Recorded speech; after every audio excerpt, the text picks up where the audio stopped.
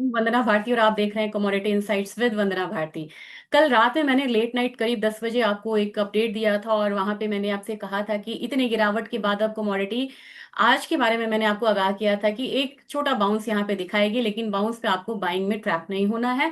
क्योंकि ओवरऑल अभी भी जो गोल्ड और सिल्वर का जो एक फॉल है वो पैटर्न, टेक्निकल पैटर्न यहाँ पे पूरा नहीं हुआ है। हालांकि सिल्वर में आप ये बात नहीं कह सकते हैं, लेकिन स्टिल गोल्ड जो है वो फ्रेजाइल दिख रही है कमोडिटी। लेकिन अगर आप क्रूड ऑयल की बात करें, क्रूड ऑयल में अब यहाँ पे जबरदस्त गिरावट हुई है। आप ही सोचिए कि 1 से 2 हफ्ते के बीच में ये कमोडिटी $80 गई, $80 से ये $65 आई, $15 गई ये कमोडिटी। और फिर यहाँ से आप अगेन $10 की गिरावट का आप बात नहीं कर सकते। लेकिन ऑप्शन में मैंने आपको चेन में दिखाया था कि $55 पे भी यहाँ पे पोजीशन बनी हुई है, $60 पे भी पोजीशन बनी है। तो हम लोअर साइड यहाँ पे $60 लेके चल सकते हैं। लेकिन यहाँ पे $55 ये सब का एक्सपेक्टेशन फिलहाल फिलहाल में नहीं करिएगा। और अभी लग रहा है कि टेम्परली यहाँ पे क्रूड एक बाउंस ले सकता है। उसका एक रीजन भी है, इन्वेंट्रीज कल यहाँ पे यूएस में फिर से कम होके आई है, एक्सपेक्टेशन से ज्यादा गिरी है। और लगातार ये दूसरा तीसरा हफ्ता है कि लगातार यूएस में एक्सपेक्टेशन से ज्यादा इन्वेंट्री में ड्रॉप डाउन हो रहा है। इसके बाद ट्रम्प साहब का ये भी एक ट्वीट आया था कि अगर जरूरत पड़ी तो वो स्ट्रैटेजिक रिजर्व से यहाँ पे क्रूड को रिलीज कर सकते हैं। तो ये दिखा रहा है कि फॉर द टाइमिंग ऐसे समय में जब यहाँ पे जो पॉलिटिकल टेंशन्स बढ़े हैं और वहां पे इन्वेंट्रीज का कम होना यहाँ पे गोल्ड को कुशन अप करेगा, प्राइसेस क्रूड को कुशन अप करेगा, बहुत ज्यादा नीचे नहीं जाने देगा। तो इस स्ट्रैटेजी के साथ आप यहाँ पे ट्रेड करिए कि बहुत ज्यादा गिरावट फिलहाल क्रूड ऑयल में नहीं आएगी। और जो यहाँ पे रिएक्शंस आने थे वो रिएक्शन यहाँ पे आ गए हैं। तो मैक्सिमम $2-3 का फॉल आप यहाँ पे मान के चलिए और क्रूड बिल्कुल रेंज में है। आज के दिन की बात करेंगे तो मैंने ओवरऑल जीत दे दिया आपको। और बेस मेटल काउंटर में एक चीज मैं आपसे कहना चाहूंगी, क्योंकि यहाँ पे एलएमई में कॉपर की बड़ी सप्लाई शॉर्टेजेस है और वहां से लोग इन्वेंट्री मतलब फिजिकल डिलीवरी भी ले रहे हैं, जिसकी वजह से मुझे लग रहा है कि सूनो और लेटर कभी कभी इंतजार बड़ा लंबा हो जाता है। हम ट्रेन सही पकड़ते हैं लेकिन वो ब्रेकआउट आने में समय लगता है। और कई बार आपने मेरे साथ, अगर आपको ने मुझे फॉलो किया होगा, तो कई बार इमीडिएट आता है, कई बार काफी इंतजार के बाद आता है। लेकिन मुझे लग रहा है कि कॉपर एक बार 900 के करीब जाएगा और इसमें मैं यहाँ पर शॉर्ट बिल्डअप की सलाह नहीं दूंगी। और वैसे भी आप स्ट्रैटेजी अपने हिसाब से ही लेते हैं। तो मेरे ख्याल से अब थोड़ा सा मैं यहाँ पे डिस्कस करूंगी रेंज के बारे में। और रेंज डिस्कस करने से पहले अगर मैं आपको थोड़ा सा इकोनॉमिक रिलीजेस दिखाना मुझे जरूरी है। मैंने क्रूड के बारे में आपको वर्बली बोला है, लेकिन you should see the data. अब यहाँ पे कंज्यूमर कॉन्फिडेंस है, ये आपको कल बहुत खराब होके आया था। आप देखिए 98.4 था प्रीवियस, फोरकास्ट था 99.4 और ये आया 93। तो ये सारी जो चीजें हैं ना, ये गोल्ड को बहुत ज्यादा गिरने नहीं देंगी। अगर आज का डेटा आप यहाँ पे देखते हैं तो क्रूड की इन्वेंट्रीज अगर आप देखिए तो यहाँ पे इतना ज्यादा जो मतलब फॉल है वो दिखा रहा है। और न्यू होम सेल्स डेटा भी जो है वो वीक होके आने की उम्मीद है। और जो मैंने बताया वो एपीआई इन्वेंट्रीज था, जो कि एक दिन पहले आता है। और आपको मैं इकोनॉमिक रिलीजेस के थ्रू ही क्रूड ऑयल इन्वेंट्रीज का थोड़ा सा आपको वेट करना पड़ेगा, दिखाऊंगी कि कैसे कैसे इन्वेंट्रीज जो है वो कम होते हुए आ रहा है यहाँ पे। तो ये आपको आ गया यूनाइटेड स्टेट्स का क्रूड ऑयल इन्वेंट्रीज। आप यहाँ पे देखिए कि एक्चुअल यहाँ पे कितना आया था, ये 18 जून का डेटा है। इतना फॉल एक्सपेक्टेड था और इतना ज्यादा गिरावट यहाँ पे आई। अगर ओवरऑल अगर आप डेटा देखेंगे तो लगातार आप देख रहे हैं फोरकास्ट से ज्यादा। ये मैं आपको जानबूझ के दिखा रही हूँ ताकि आपको समझ में आए। 29 मई से ये ट्रेंड चल रहा है कि एक्सपेक्टेशन थी बढ़ने की, कम होके आया। एक्सपेक्टेशन था -2.9 मिलियन बैरल का, आया -4.3। यहाँ एक्सपेक्टेशन थी -2.4, आया -3.6। यहाँ तो हद हो गई। यहाँ तो फोरकास्ट था -2.3 का और आया -11.47, सॉरी। और एपीआई के अकॉर्डिंग आपको यहाँ पे इन्वेंट्रीज फिर से फोरकास्ट से ज्यादा देखने को मिल सकता है। तो ये ऑयल इन्वेंट्रीज जो है वो डाउन जा रहा है। इसके लिए आपको थोड़ा सा तैयारी करना पड़ेगा कि गोल्ड में बहुत ज्यादा शॉर्ट बिल्डअप आपको नहीं करना चाहिए। एपीआई का डेटा आया है, एपीआई का डेटा जो आया है इसने कहा है कि US crude oil futures rose slightly from post settlement level Tuesday. Actually क्या हुआ है कि as a API American Petroleum Institute reported much larger drop in weekly domestic crude inventories. और मैंने आपको ये बताया हुआ कि एपीआई का डेटा जो होता है वो अनुमान होता है।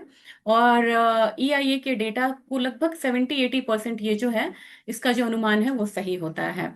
तो ये आज क्रूड का एक अपडेट था।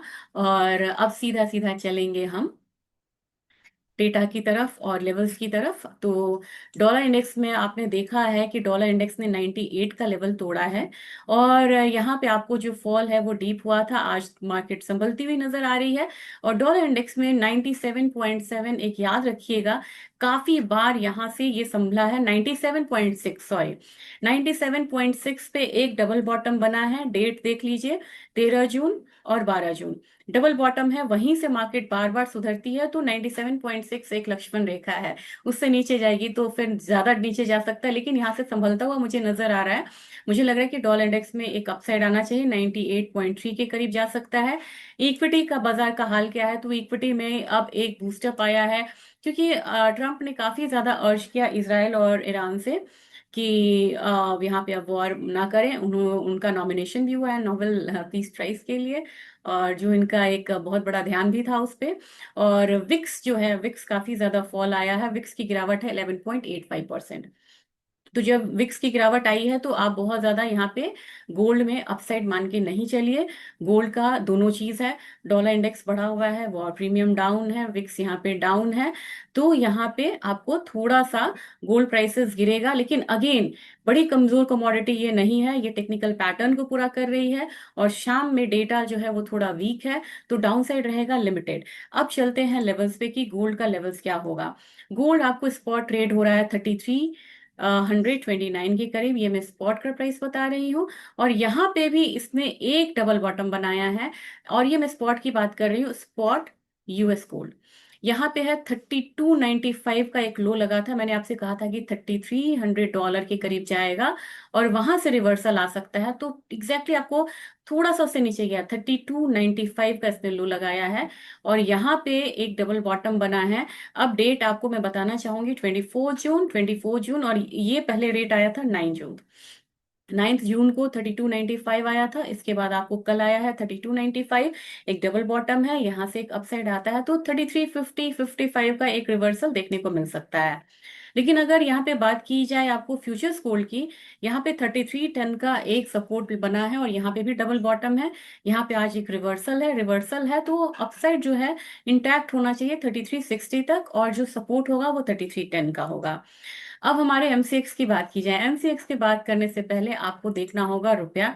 रुपया हमारा कितना अप्रिशिएट हुआ है पिछले 4 दिनों में। रुपया आपको 19 जून को ट्रेड हो रहा था, डिप्रिशिएट होके इसका हाई लगा था 86.89, 86.9 मान के चलते इसको। और वहां से डिप्रिशिएट अप्रिशिएट होते होते ये आया है 85.79, क्योंकि क्रूड ऑयल में एक जबरदस्त गिरावट आई है। तो हमारा जो गोल्ड का जो मूव होगा वो केप्ड होगा, जितना वहां बढ़ेगा इतना हमारे यहाँ नहीं बढ़ेगा। इसकी वजह से अगर आप दोनों चार्ट को साथ में रखें तो आपको चार्ट डिफरेंट दिखेगा। This is because of INR. यहाँ पे जैसे वहां पे आपको अपसाइड का चार्ट बन रहा है ना, आज यहाँ पे डाउन साइड का मतलब आप एमसीएक्स देखिए, टेक्निकल एनालिस्ट बोलेगा सेल, और जब आप कॉमिक्स का चार्ट देखेंगे तो आप बोलेंगे बाय। ये बड़ी कंफ्यूजन वाली स्थिति होती है। तो आपको यहाँ पे अगर बाइंग का मौका फिलहाल नहीं मिलता हुआ मुझे दिख रहा, मुझे लग रहा है कि एक 96,800 700 तक प्राइसेस नीचे आएगा। कल का लो भी इनफैक्ट ये चेज कर सकता है, कल का लो था 96,400, और मेरे ख्याल से वहीं पे आपको अगर फिजिकल में बाइंग लेनी है, डेरिवेटिव प्लेटफॉर्म पे लेनी है आप, वो लेवल आपके लिए एक बढ़िया लेवल होगा। और नहीं तो एक टेक्निकल बैरियर को ये क्रॉस करता है 97,600 को, तो ही यहाँ पे आप बाइंग साइड में आपको जाना चाहिए। तो ये मतलब कैसे ट्रेड करना, ये मैंने आपको बताया कि थोड़ा सा कॉम्प्लिकेटेड है बिकॉज ऑफ आईएनआर। चलिए अब सपोर्ट रेजिस्टेंस की बात करते हैं। सपोर्ट में मुझे लग रहा है कि 96,400 सपोर्ट है इमीडिएट। अगर आप कहेंगे कि यहाँ से क्या लग रहा है और अपसाइड कितना है, तो 98,200, ये मुझे लग रहा है कि 1000 रुपये अपसाइड में जा सकता है। और नीचे की तरफ अगर आप बात करें तो मुझे लग रहा है कि 600 700 पॉइंट ही नीचे जा सकता है। सिल्वर में यहाँ पे एक जंप लिया है, लेकिन सिल्वर में मुझे लग रहा है कि एक अच्छी कमोडिटी है, और सिल्वर ज्यादा यहाँ पे पावरफुल दिख रही है एज कम्पेयर टू गोल्ड। और कॉमिक्स में भी मुझे लग रहा है कि एक बार 36.5 की तरफ जा सकती है कमोडिटी। हमारा बाजार जो था एक डाउन साइड दिखाया, मैंने आप लोग 1,04,000 बोला था, 1,04,000 से नीचे गई है कमोडिटी, ये लो लगाया 1,03,680 का, और वहां से फिर एक बाउंस लिया है। बाउंस आपको केप्ट हो सकता है 1,06,000 400 के पास। ये बात आप ध्यान में रखिएगा कि any upside is kept near 1,06,400, ये रेजिस्टेंस है। और हमारा जो सपोर्ट है वो अगेन थोड़ा सा बड़ा बनता हुआ ही नजर आएगा। इसके लिए तैयारी आपको करनी चाहिए 1,03,700, यानी कि 1,04,000 का जो लेवल है वो हमारा सपोर्ट यहाँ पे हो सकता है। बायस अपसाइड का है। अब यहाँ पे क्रूड के बारे में मैंने बहुत सारा अब बोल दिया है। तो क्रूड मुझे लग रहा है कि अगर अपसाइड आता भी है तो 67.5 एक अपसाइड रहेगा। हमारा बाजार जो है फिलहाल फिलहाल 54 से 5,500 का मैंने कहा था कि वो रेंज एक रहेगा। आपको अगर डाउट है तो आप पिछला वीडियो भी रेफर कर सकते हैं कि क्या लेवल्स मैंने कहा है। तो वहां से एक वापसी आती हुई दिख रही है ये कमोडिटी। बहुत ज्यादा अपसाइड तो नहीं है, इन्वेंट्रीज का फर्क आएगा आज 57.35 तक मुझे लग रहा है, यानी कि 100 रुपए का जो एक अपसाइड पोटेंशियल है वो क्रूड ऑयल में है। और नीचे का तरफ आपको 5,500 का ही सपोर्ट नजर आ रहा है।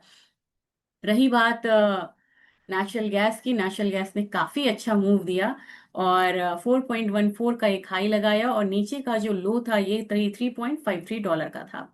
आज ये बाजार संभलता हुआ नजर आ रहा है। मैंने आपसे रात में ही कहा था कि इतने मेजर फॉल के बाद एक बाउंस आता है, लेकिन बाउंस टिकता है या नहीं ये बहुत जरूरी है आपके लिए।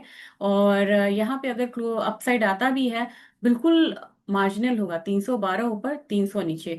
और मैंने आपसे कहा है कि जो 200 मूविंग डेज है, एवरेज है इसका 291 का है, उसके करीब इसको आना चाहिए। और नहीं तो 300 के करीब आए तो मेजर बाइंग आएगी और वहां पे जो सपोर्ट बनेगा 291 का बनेगा और रेजिस्टेंस जो होगा अगेन 320 का होगा। लेकिन आज थोड़ा सा अपसाइड आपको देखने को मिलेगा।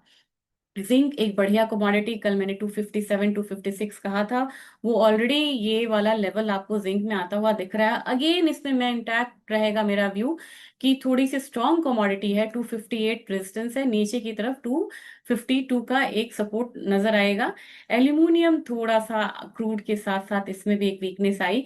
और एल्यूमिनियम में मैंने, आप याद करिए, मैंने कहा था 252 254, लेकिन क्रूड की वजह से यहाँ पे एक बियरिश प्रेशर जो है वो देखने को मिलेगा। तो 246.15 ये मुझे एक्सपेक्टेशन है एल्यूमिनियम में डाउन साइड।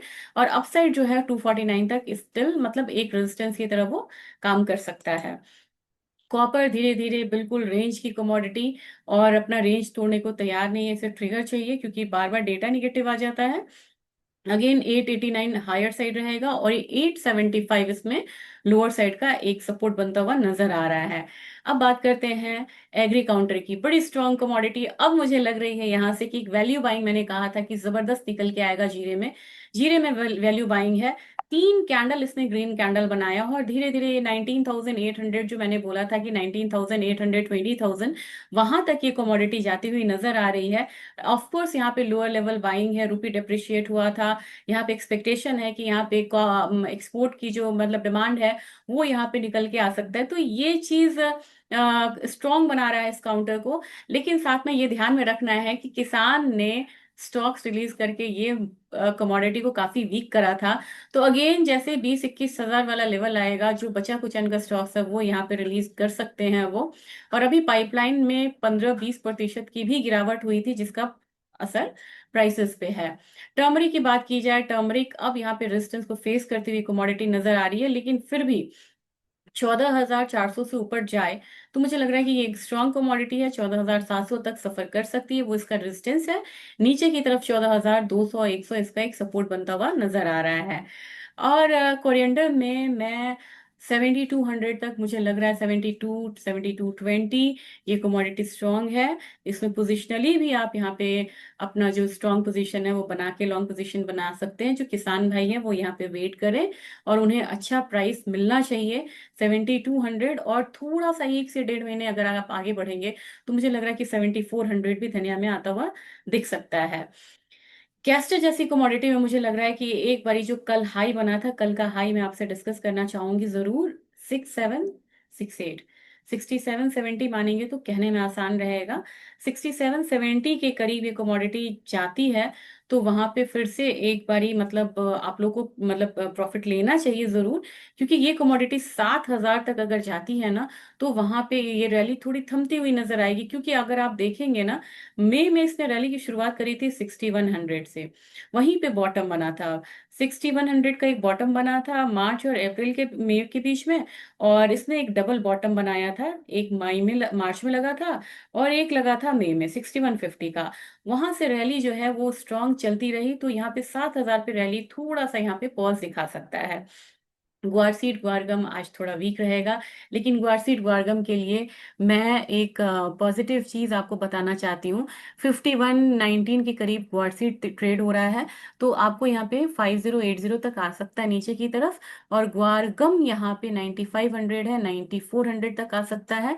कोकोड यहाँ पे आज थोड़ा सा कमजोर होता हुआ दिख रहा है, तो 3130 3125 तक दिखेगा। और अब मैं आपसे थोड़ा डिस्कस करना चाहूंगी ग्वारगम ग्वारसीड के बारे में। ग्वारगम ग्वारसीड के बारे में मैं इसलिए बोलना चाह रही हूँ कि पहले तो क्रूड ऑयल के प्राइसेस काफी कम हो गए थे।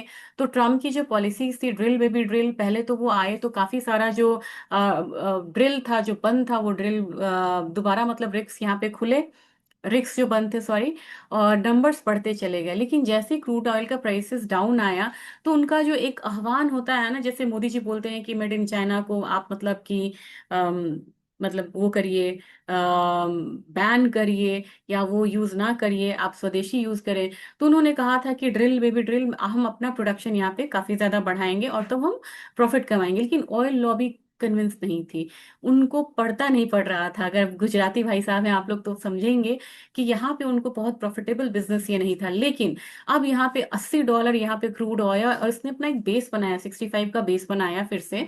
तो मेरे ख्याल से यहाँ पे अब कंपनीज जो हैं, इनको पता है कि भले इन्होंने सीज फायर बोल दिया, लेकिन ये रशिया यूक्रेन नहीं रुका, हमास का चल रहा है।